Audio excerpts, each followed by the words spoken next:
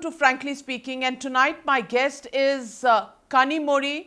Miss Kanimozhi is from the family of Karunanidhi. She is his daughter, and it seems to be that she and her brother MK Stalin have divided the roles of the DMK. Stalin as the chief ministerial face of Tamil Nadu now in the upcoming elections, and Kanimozhi always been the Delhi face of the DMK. Thank you for joining me, Kanimozhi ji, and I want to ask you, you're campaigning hard in Tamil Nadu. I want to ask you, how does this arrangement with your brother work? He's the chief ministerial face and you're happy to take on the mantle of being the Delhi face of the DMK? I don't think I'm the Delhi face. Anyway, thank you for saying that, but I don't think I'm the Delhi face of DMK. There are many senior leaders who are there, and Mr. T.R. Balu, he is the leader of the party in Delhi. So I don't think any roles have been divided between anybody in the party. Yes, MK Stalin, my brother, is the chief ministerial candidate. He has been projected as the next leader, and party has accepted him as the next leader for many years. And today he is heading the party, and he was the leader when we faced the Lok Sabha elections, and he led us to a very big victory. I am here in these elections working for the party like many other leaders are. And I am campaigning a lot, and I am very happy that I have been given an opportunity to campaign.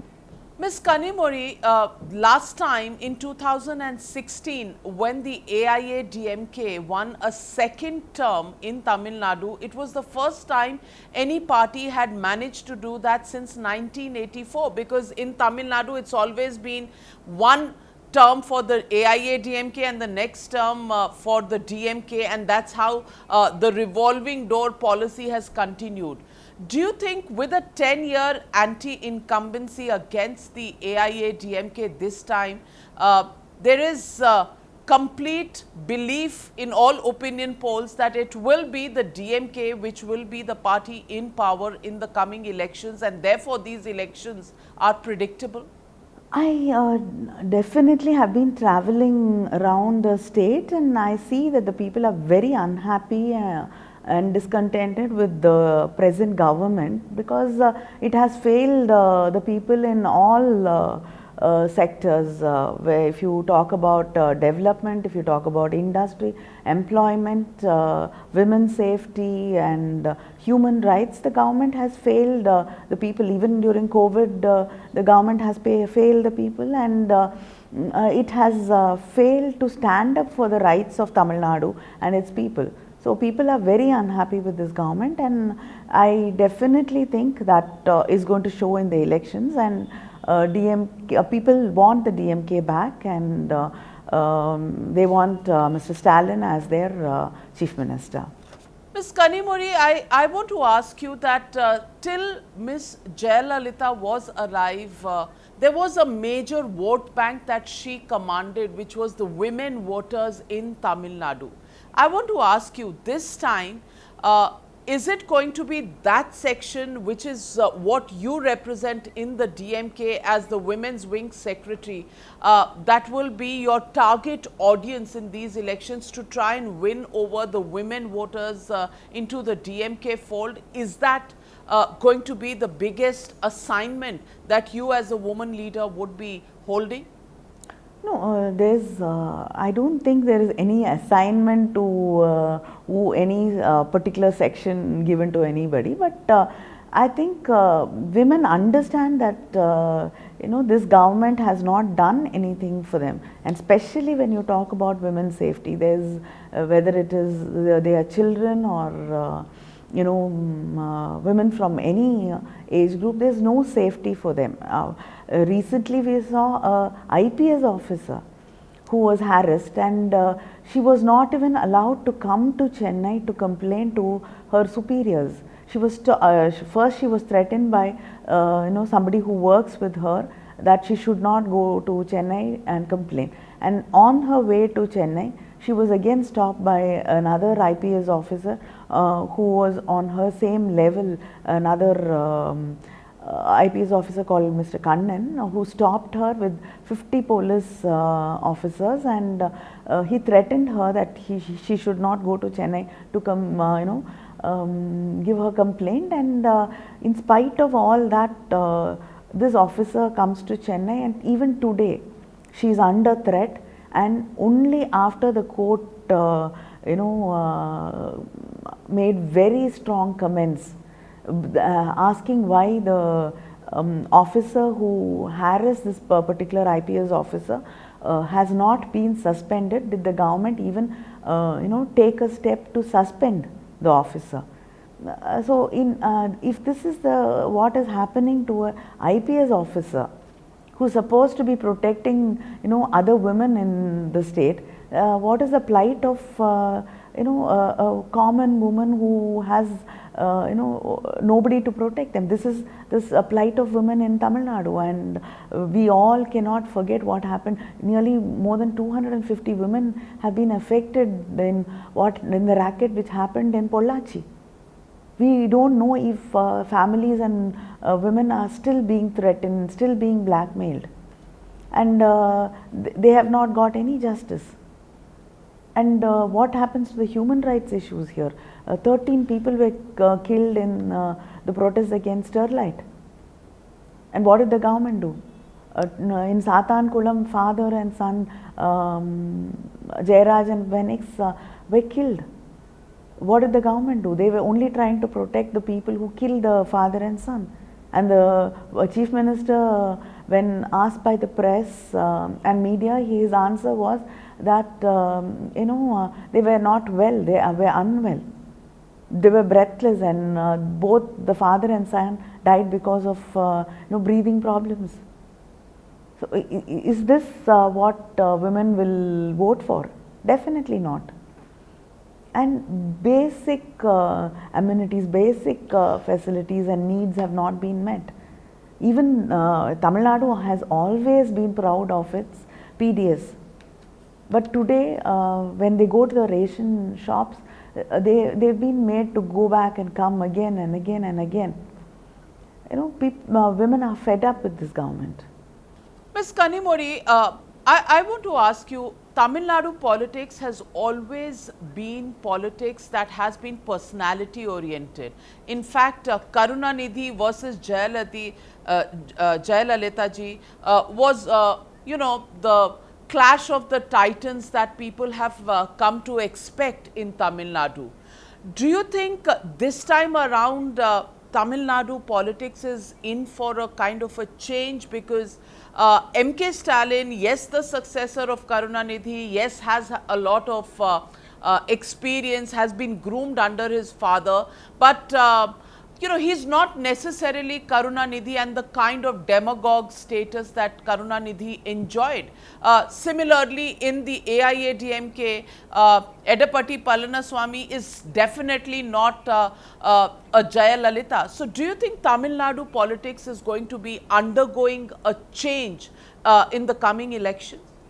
See, I actually don't agree with you when you said it is a personality politics which is there predominantly in Tamil Nadu, because that is not the truth.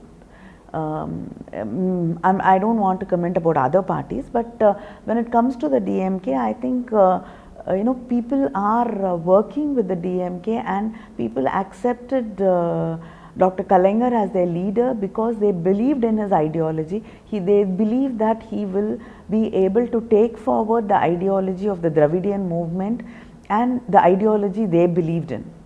And this is an ideology which will be inclusive and bring social justice.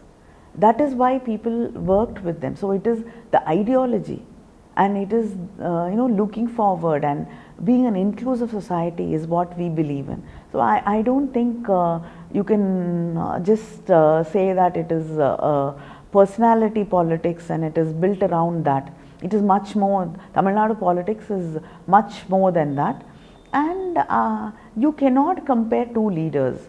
I think it's not right in any way, because every leader lives in a different time frame. So what made Dr. Kalaignar, my father, into what he was, is a completely different set of needs which those times needed. And what today MK Stalin is what his times have made him to evolve into as a leader. So you cannot compare two people, and two leaders do not have to be the same. I think Mr. Stalin is a leader in his own right, and he is looked up at as one of the leaders who will raise his voice against what the BJP government's agenda is against Hindutva, and he will fight for the rights of the states. So that is what people look up to him for. So I think they are two different people, and it's not necessary to compare them in any way. And he is a leader and is right in every way. But of course, I cannot say the same about Mr. Palaniswamy, who is the Chief Minister today, and people did not vote for him. People still do not understand what he stands for, what he believes in, and if at all he believes in anything other than being in power. Well, so Kanimozhi, you're talking about Hindutva. What is your allergy to Hindutva? After all, the government controls all temples in Tamil Nadu. Is freeing temples from government control part of Hindutva? Because apart from some ASI protected monuments, it doesn't happen in any other religion. No mosques are protected or controlled by government. No churches are protected or controlled by the government. What is it that you describe as Hindutva, and what is your allergy to it? No, we don't have any allergy towards any religion, and we have nothing against Hinduism. The only thing we oppose about what people have created about Hinduism is the caste system. Other than that, we have nothing to talk about Hinduism as such. But other than that, when you talk about Hindutva, it is not the religion we are talking about. It is the politics which is built around it. That is wrong.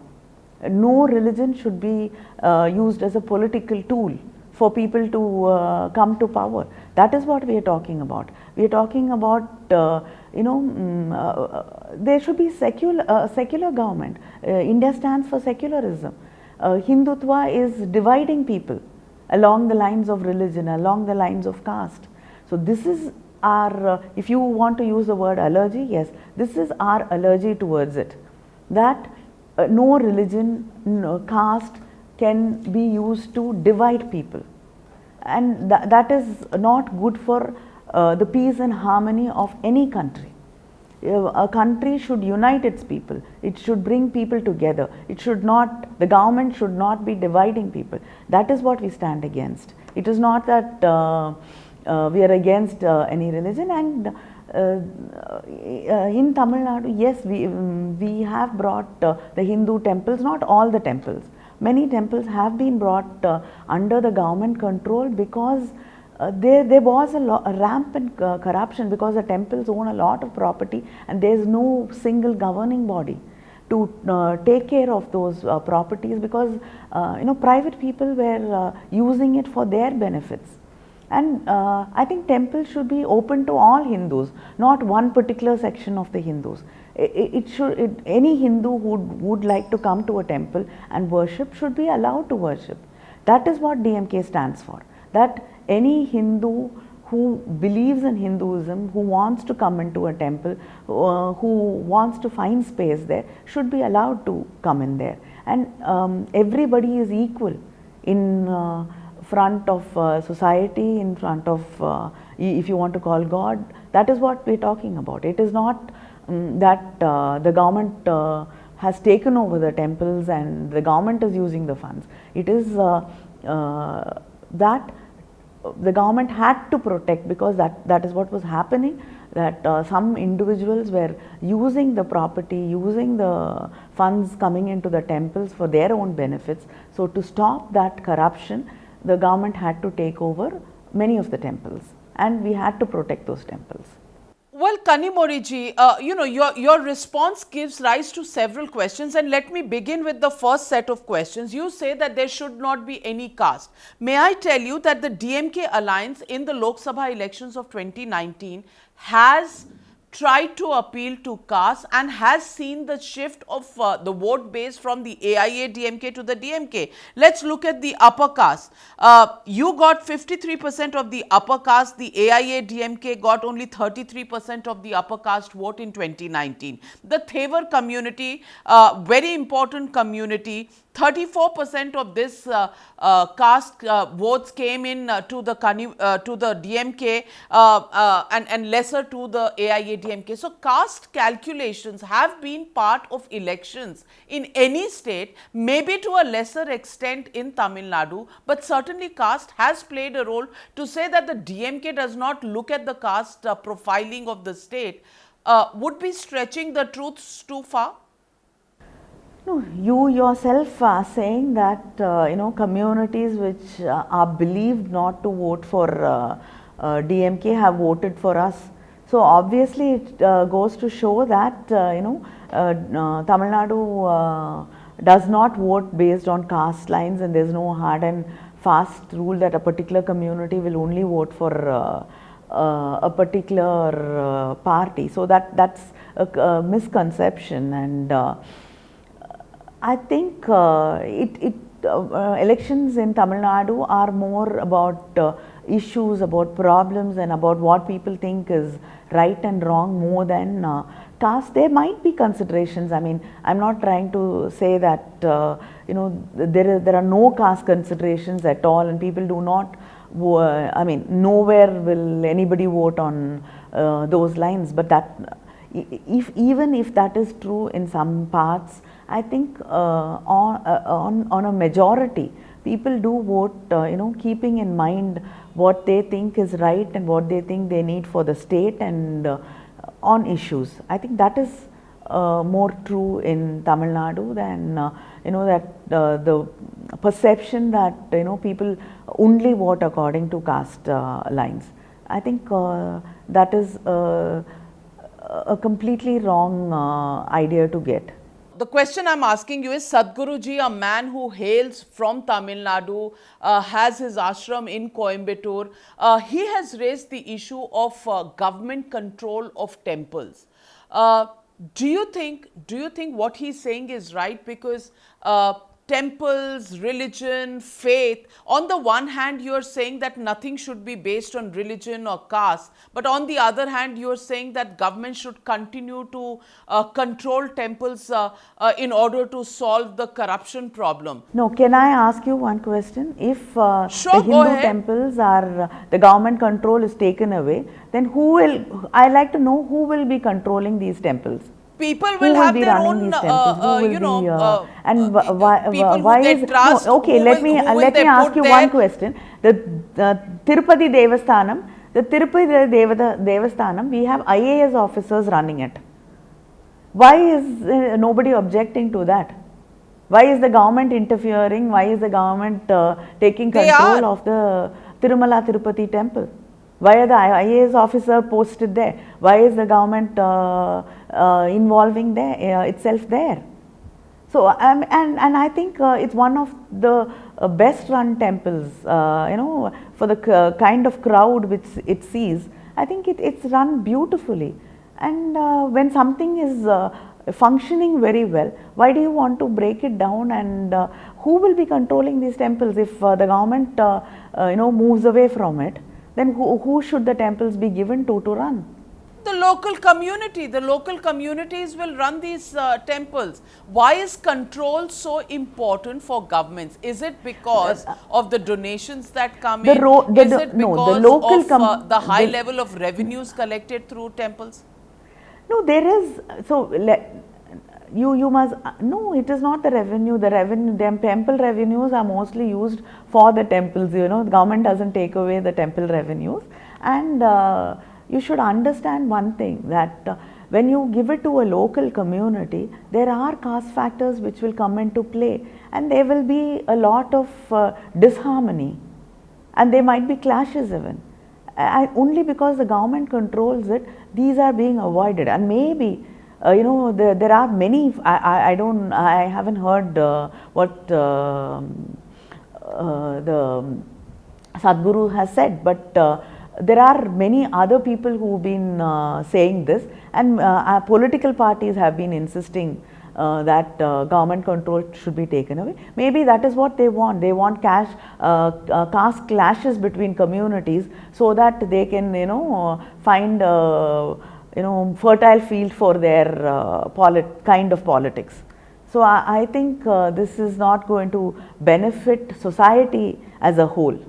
So I think the greater good is more important than communities being given control, or private individuals being given control, or ashrams being given control. I mean, everywhere it will be a different set of rules, and I think it will again lead to people being stopped from entering temples. It will lead to caste clashes. It will lead to social justice being taken away. It will be leading to a lot of other social problems, and I think that is not necessary, because we found a way to do away with that, and I think it is working beautifully, and we should not encourage that to happen.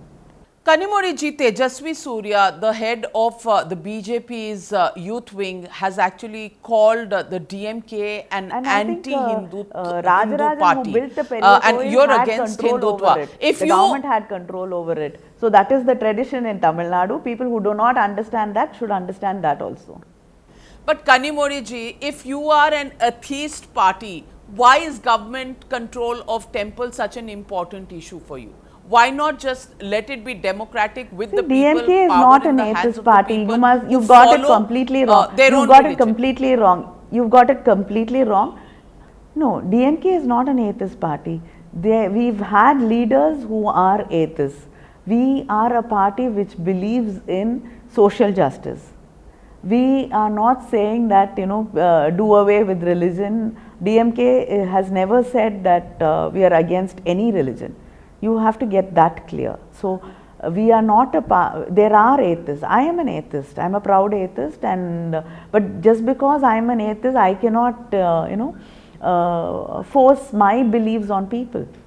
When the people believe in a particular religion, I think the freedom for people to worship or to follow their faith should, whoever it is, it could be Hindus, it could be Christians, it could be Muslims, Sikhs, Jains. There are Jains in Tamil Nadu. I think we have to learn to respect everybody's faith and belief. That is important. And Hindus also, when you talk about Hindus, it is not one kind of worship or one kind of faith we are talking about. There are different kinds of beliefs within the Hindus, what we call as the Hindu system. So I think all that also has to be respected. There are people who believe only in village deities. People who are Hindus who do not believe in any idol worship. I think all that has to be respected. You are trying to bring everything into one and say this is Hinduism. That is wrong. I think whatever belief and faith is there within the Hindu religion has to be respected. In Tamil Nadu, we've had this tradition of questioning everything, even within the Hindu faith. We've had the Siddhas. I don't think they are celebrated in Tamil Nadu till today. They've asked so many questions against religion, against popular belief, against society, against superstitions. So that is also part of Hinduism. That is the culture of Tamil Nadu, and people have to learn to respect that. Well, Kanimozhi ji, let me come back to the politics of Tamil Nadu. In the AIA DMK now, we have TTV Dhinakaran, who's come up with his own party. We've had the coming back of Sasikala into the state of Tamil Nadu when she's been released from jail, but she's opted to be out of politics. Do you think these divisions are going to actually be a challenge for the DMK to counter. AIA-DMK on the one side, TTV Dhinakaran on the other side, and this could take away the anti-incumbency vote of the AIA-DMK to the TTV Dhinakaran faction. No, I don't think so. I think people are very clear that they do not want to have anything to do with the AIADMK, its allies, and sections which have broken away from the ADMK. They want a good government, a government which will represent them, a government which will stand for their rights, and a government which will look forward, unite people, bring people together and take them forward towards development and a better tomorrow. And they are very clear that it is going to be the DMK government, and only the DMK government can do that. They want self-respect, and people believe that the DMK will be able to bring it back for them and give it to them. So I think that is what is important. I don't think the Dhinakaran faction or AIADM taking away votes from. Even if he is going to divide votes, I think he will be dividing the ADMK votes, not the votes which is going to go against the AIADMK. So I don't think it is going to affect the well, Kanimozhi, DMK you're talking about self-respect being brought back. You're talking about self-respect being brought back. How do you think the AIADMK has taken away the self-respect of the Tamil people? How are you saying that? In Tamil Nadu, everybody knows today that the AIADMK government, the Tamil Nadu government, is run from Delhi, and it's run by the BJP government. And when a state is not run by the people who were elected to run, that is definitely taking away the self-respect and the dignity of the state. Today the AIADMK government, just to stay in power, they have given up that right. And even when you talk about the farm laws, I don't think the central government had any right to pass a bill about agriculture, because it comes under the state list. But what did the AIADMK government do? They have supported that bill. A state right was being taken away right under their watch, and they did not resist it. And today, when elections are coming, and they supported the CAA, they supported the farm law bills. And today, just because elections are around the corner, and when they bring out their election manifesto, they have said that they will put pressure on the central government to withdraw the farm bills and the CAA. I mean, do they think that people are going to be fooled by this? So Kanimozhi ji, agriculture is in the concurrent list, not just in the state list, and the center has framed the laws looking at the requirements of the current day. You can't have laws which are centuries old which continue. You're a progressive leader yourself. For a long time, when you were part of the UPA alliance, even at that time, there was a close coordination between Sonia Gandhi and Karunanidhi ji. You virtually every visit, when Karunanidhi ji came to Delhi, were part of that delegation which went and met Sonia Gandhi. So alliances have existed between state parties and parties that rule the center. If self-respect was intact of the Tamil people when the UPA was in government at the center, why does the self-respect go now? And so secondly, I want to ask you, when your party promises 75% reservation for Tamil people in jobs, is that a progressive idea? Is that not, representing some sort of a very sectarian interest of the party? If every state government begins to do that, do you think India will move forward? I think you should read our manifesto properly. I think you should read our manifesto properly. We have clearly said that It is not for Tamil people. 75% of the jobs will not go to Tamil people. It is for people from Tamil Nadu. I don't think that is creating a rift between people, and that is not a regressive step, because I think people have to find employment around the place where they live. You don't have to be a Tamilian from Tamil Nadu to get a job. You have to live in Tamil Nadu, you have to be a person from Tamil Nadu to get jobs here, because people like to work. Everybody does not want to leave their families and the place where they live and they're used to, and go and work somewhere else. There are people who make choices. That is for the 25% is for them. 75% of the people who want to stay within the state and work here should be given opportunities. So this is not dividing people. This is for anybody who lives in Tamil Nadu. So this is not what our manifesto said. We have clearly said it is for people who live in Tamil Nadu. And if you talk about the UP and the DMK government, I think the decisions about Tamil Nadu were made in Tamil Nadu. Nobody dictated terms to us. Nobody told us what to be doing here. So there is a big difference between the two. You should understand that. And nobody told us how to be running I our want to party. ask you, Kanimozhi, I think if some you're of the talking decisions about who they can bring into their party, who they cannot, is also made in Delhi. Well, Kanimozhi, I want to ask you, on the one hand, the AIA DMK, you say, is a split house with TTV Dhinakaran faction and the Edapati faction, some say even the OP Paneerselvam, but there is a similar situation in the DMK as well. There is a Stalin faction, there is a MK Alagiri faction, and there is yourself. So do you think this family, this dynasty politics is kind of even dividing the DMK within itself?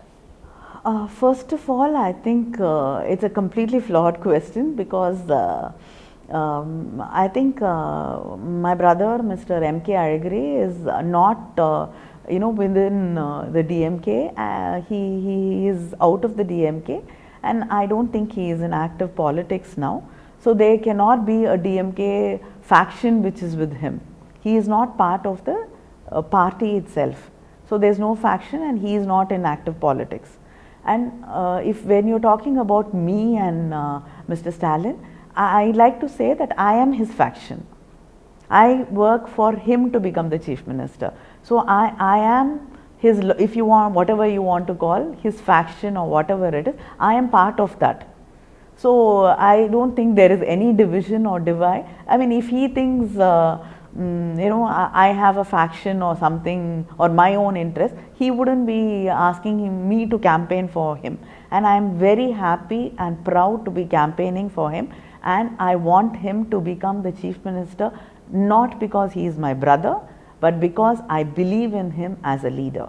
So there is no division, there is no divided house in the DMK. We are all standing together and fighting this election. Kanimozhi ji, has that equilibrium been attained for the sake of politics? Because there have been frictions in the past, and you can't wish away the frictions of the past. At the moment, yes, you're seen as a united front, supporting your brother. But has that position been easy for you to arrive at? No, I really don't understand what are you talking about, because what issues did we have? I mean, he's always been, the next in line after Dr. Kalaignar, and the party has accepted him. He's been working in the party structure within the party for nearly 50 years. And I really don't understand what differences you're talking about, and I didn't have to arrive at anything, with any compromise or anything, because I came into politics much later, and the day I stepped into politics, I knew he is going to be my next leader. So I did not have to compromise. I accepted that. When I accepted Dr. Kalaignar as my leader, I knew because that is exactly what the party cadres and the party leaders wanted. that Mr. Stalin should become the next leader because he has worked his way up. It is not that he became the party leader overnight or anything like that. So I knew very well that he is going to be my next leader, and I came accepting that and happy with that. So I don't think there has been any compromise on that. If you want to make it into a story so that it will be interesting, but sadly I can't give you one here. So as part of the UPA government, you've been at the receiving end as well, the 2G spectrum charges against you. Do you think that has affected your political career and your personal political journey? Yes, it did affect me personally, and I think it's taught me a lot personally and politically also. So in that way it was a very enriching experience.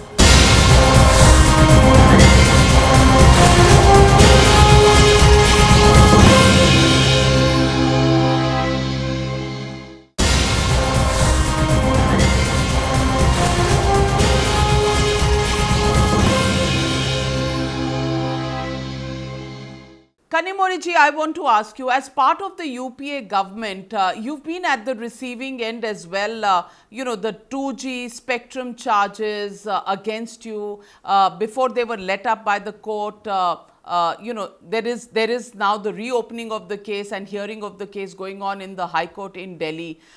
Do you think that has affected your political career and your personal political journey? See, it is not a reopening of the case. I think after the trial court, it's a part of the process by the CBI to take it for appeal in the High Court, and that is going on. And like we face the trial court, we are prepared to face the High Court case also. And yes, it did affect me personally, and it did affect, maybe it took away a lot of time from politics, because I had to be in court and physically be there, present in court for years together. So it did affect, but I think we did not say that, we did not ask for a postponement, or we didn't try to stay the process or anything. We faced the trial and we've been acquitted, and I think it's taught me a lot personally and politically also. So in that way it was a very enriching experience. Kanimozhi ji, I want to ask you, how are your relations with the Congress party? You've been in Delhi, you've met Sonia Gandhi so many times. What do you think of Rahul Gandhi? And the fact that the seat sharing, where Congress's share of the seats has come down from 41 to 25. Do you really think Congress under Rahul Gandhi really does not have the winning streak, given their performance last time, where they won only 12% of the seats that they were given? Do you think they've become a liability under Rahul Gandhi? See, seat sharing is definitely like, I think in the Lok Sabha elections, we had given Congress more number of constituencies, because it was a Lok Sabha election, and this election is an assembly election, and it is an election which is fought under the leadership of the DMK, and it is the DMK government which is going to be formed, and obviously we will try to contest as many seats as possible.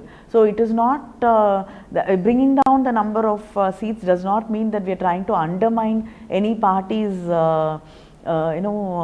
leadership, or what kind of whatever kind of popularity the party enjoys among the people.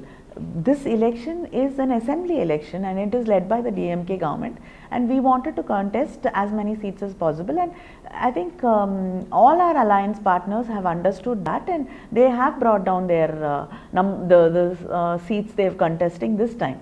So I don't think it is particular that only the Congress has brought its number of seats down. I think all the alliance partners have agreed to contest in less number of seats, because we have to fight these elections together. That was what everybody thought was important. So definitely it does not mean that we are undermining anybody, or we think anybody has lost credibility among the people or not. Only because we need all these alliance partners and we respect them, that we are in alliance with them, and we ensure that we are together to face this election. Well, that was Kanimozhi from the family of Karunanidhi, an important part of the DMK, important face there, clearly playing down the cutting of seats of the Congress party, playing a balancing game at this point in time. DMK, the hot favourites as far as this election in Tamil Nadu is concerned, but what will the results throw up? We'll know on May 2nd. Be with Times Now, and thank you very much, Ms. Kanimozhi, for joining me on Frankly Speaking.